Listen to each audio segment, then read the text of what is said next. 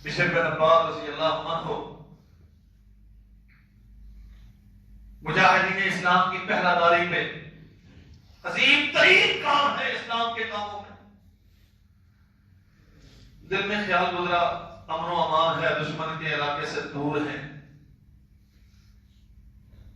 ساتھی سارے سو گئے ہیں، چلیں میں پہرے داری بھی کرتا ہوں اور اپنے رب سے ہم کلام بھی ہوتا ہوں. بات سمجھے نہیں؟ پہرا داری بجائے خود ایک بہت بڑا عمل ہے، اور یہ ان اعمال میں سے ایک ہے جو جنت کی ضمانت رکھتے ہیں. اس کے ساتھ عبادت بھی. اللہ کی قسم یہ وہ لوگ تھے جنہیں عبادت میں لذتیں حاصل ہوتی تھیں، جنہیں عبادت میں مزے آتے تھے. اللہ اکبر. جو لمبا جہاد کا سفر کر کے آئے ہیں، کیا وہ تھکے ہوئے نہیں ہوں گے؟ کیا ان کا جسم یہ ڈیمانڈ نہیں کرتا ہوگا چلے پہرا ہی دینا تو بیٹھ جاؤ؟ سیدہ عائشہ فرماتی ہیں آخری عمر میں جب بوڑھے ہو گئے، جسم بھاری ہو گیا، لمبی قرات کھڑے ہو کے کرنا آپ کے لیے مشکل کا باعث تھا. تہجد کی بات کرتا ہوں، فرضوں کی نہیں. نبی محترم صلی اللہ علیہ وسلم آج فرماتی ہیں بیٹھ کے نماز پڑھا کرتے تھے، لمبی قرات بیٹھ کے کرتے تھے، جب تھوڑی سی رہ جاتی تو پھر کھڑے ہو کے کرتے تھے، اور وہ تھوڑی سی کتنی ہوتی تھی؟ 30 یا 40 آیات کے بقدر رہ جاتی تو کھڑے ہو کے کرتے تھے. پوری زندگی میں کوئی ایک نماز ایسی پڑھی ہے جس میں ہم نے 30 یا 40 آیات مکمل نماز میں تلاوت کی؟ جنت اتنی آسان نہیں ہے، اتنی سستی نہیں، وہ ہماری خواہشات کے نتیجے میں ہمیں ملنے والی نہیں. اللہ ہم سب کے مقدر میں کرے. جو آمین نہیں کہتے اللہ ان کے بھی مقدر میں کرے. آمین. لیکن